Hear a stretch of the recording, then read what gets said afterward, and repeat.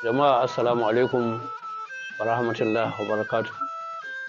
Ga waɗanda suke bibiyan mu ta wannan tasha ta Sharaɗa Royal TV, a makon da ya gabata mun yi magana akan kayan yaƙi, musamman mun yi magana akan mashi da kuma wani kayan yaƙi na masarautar Bauchi wanda ake kira kunkeli, kuma muka yi magana akan ƙasausawa, wani mashi wanda sarkin kafin Argungun yake amfani da shi musamman a wajen yaƙi.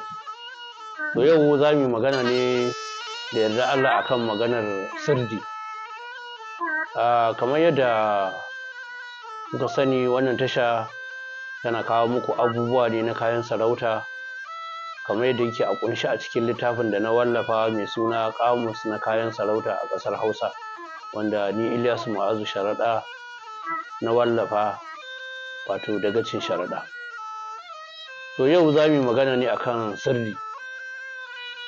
Bature yana cewa sadin, shi kuma Bahaushe yana cewa sirdi. To masassaƙanmu na ƙasar Hausa su suke zuwa su sari itace ko su sare bishiya, su ɗauki gundarin itacen su sassaƙa su fito da ƙashin sirdi. Ƙashin sirdi shine sirdi kamar wannan da yake a nan gefe na hannun dama. Kamar yadda masu turmi suke sassaƙa turmi, to haka masassaƙanmu suke sassaƙa sirdi domin amfani da shi akan dawakai ko akan raƙuma ko kuma akan tamatar raƙumi da ake kiranta taguwa. To idan masassaƙanmu suka sassaƙa sirdi, sukan baibaye shi da fata, nan ga sirdi, amma sukan baibaye shi da tantani, wato fata ta dabba mai laushi, sai kuma a rufe wannan ƙashin sirdin, a rufe shi da fata. Bayan an sa abu da an ɗaɗɗaure ƙirji, an ɗaɗɗaure shi, an yi masa sirdi. Nan ga sirdi namu na ƙasar Hausa wanda masassaƙanmu suke yi.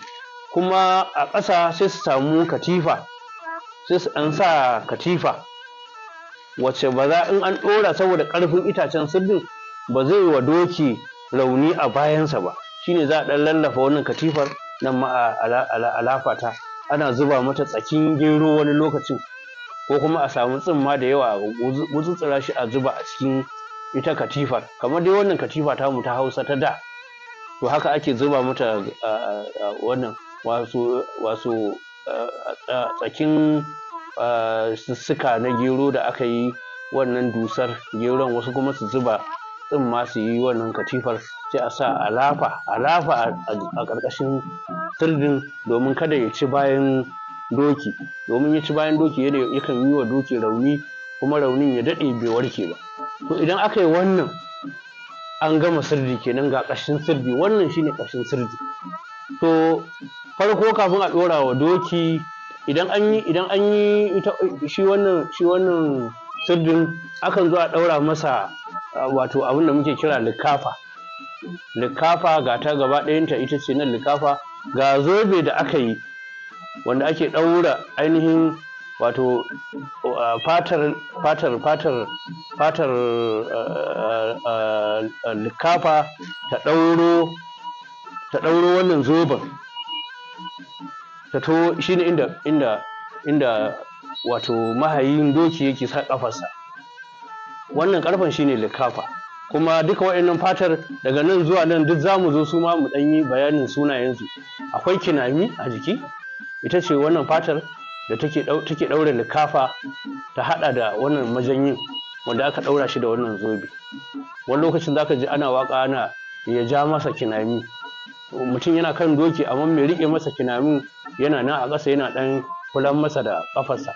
In ya ji misali likafar ta yi sako-sako, ƙafar mahayin ta yi sako-sako, sai ɗan murza shi, domin in ya murɗa ta sai ta daɗa ɗaure ta riƙe ƙafar shi mahayin sosai, ya ji bai ji ta sako-sako ba. To idan aka zo aka gama da sirdi, abin da ake fara ɗora wa doki shine a ɗauki wani abu da ake ce masa shajibi, ko a Katsina su ce masa daɗɗaje. Shi ake fara shimfiɗawa a ƙwariyar bayan doki, domin ko da doki ya yi gumi, duk wannan yadin da aka ɗora aka shimfiɗa, wannan shimfiɗar da aka yi akan doki ita ce za ta shanye duk wannan jibin ko kuma gumi wanda doki ya yi. Da shi ne za a ɗora masa. Wasu su ce masa daɗɗaje, wasu su ce masa kahu ko kafu, wasu kuma su ce masa shadauɗa. To shi ake fara shimfiɗawa. Idan aka ɗora ana yin shimfiɗa a bayan doki, ta ɗauki sirdin nan gaba ɗaya sai a ɗora a doki. To amma kafin mu zo shi sirdi, idan an gama shi akan kira su da sunaye guda biyu, ko talahan ko tumbas. Tumbas shine babban sirdi ne kamar wannan, amma kuma za a kai shi a je a yi masa aikin azurfa, a baibaye shi da azurfa maimakon wato rigar sirdi. Misali, kaga wannan ita ake kira rigar sirdi, rigar shi sirdin doki kenan. Idan aka zo aka zira ta a nan, kaga ta shiga nan. In aka zo sai a sake zirawa a nan. Wa'annan ana kiransu da wannan tozan ana ce musu kwaciyar sirdi. To kaga yanzu mun ɗauki rigar mun sawa ainihin wato wannan sirdin. To amma kafin a zo ga nan, akwai abubuwa guda 2 zuwa 3, ya danganta da halin mutum, ƙarfin aljihunsa. Wasu za su fara ɗauko wata shimfiɗa su ɗora wannan sirdi. Shimfiɗan nan akwai bishir. Wasu a wasu wuraren sai su ce masa bishiraɗi, kamar irin Daura ko kuma wasu ƙasashen haka na ƙasar Hausa sai su ce masa bishir ko kuma bishiraɗi. To shi ma bishir ɗin, idan an zo kawai yadda aka zira wannan, haka za a zira shi ta sauka ta zo daidai ƙirjin cikin doki. Kaga an zira ta a nan. Daga nan in aka zo sai kuma a sake ɗauko wani abu da muke kiransa wato jalala.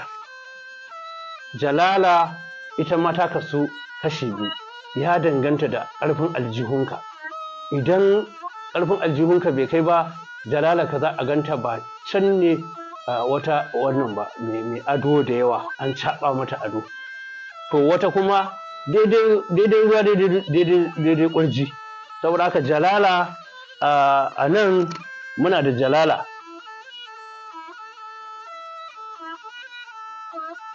Ga jalala, wannan ita ce jalala. Jalala ita ma kamar yadda muka faɗa, idan an zira ta bayan an sa bishir, to kuma sai a ɗauki jalala. Kafin jalala ma ana samun labbati. Shi labbati yana zuwa ne bayan an sa kafu, shajibi ko daɗɗaje, sai a ɗauki jalala a ɗora. Sai a ɗauki wannan a tuno, sai a ɗauki labbati sai a shimfiɗa. Bayan an sa wannan kafu, shajibi ɗin ko kuma saka, sai a ɗauki labbati a ɗora shi. A ɗauki labbati sai a ɗora shi a ƙarƙashin sirdi. Daga nan ne sai kuma a zo a sa bishir. Daga bishir kuma sai jalala. Jalala ita ce wannan. Ita ma zira ta ake yi, an huda kwaciyar. In an huda ita jalala inda wato jalalar za ta shiga, an huda jalalar inda za ta shiga kwaciyar gaba da kuma ta baya. nan shine gaban inda mai hawa doki zai zauna a nan, sannan kuma ga bayan. To shine muke magana wani sirdin ana yi masa ado na azurfa.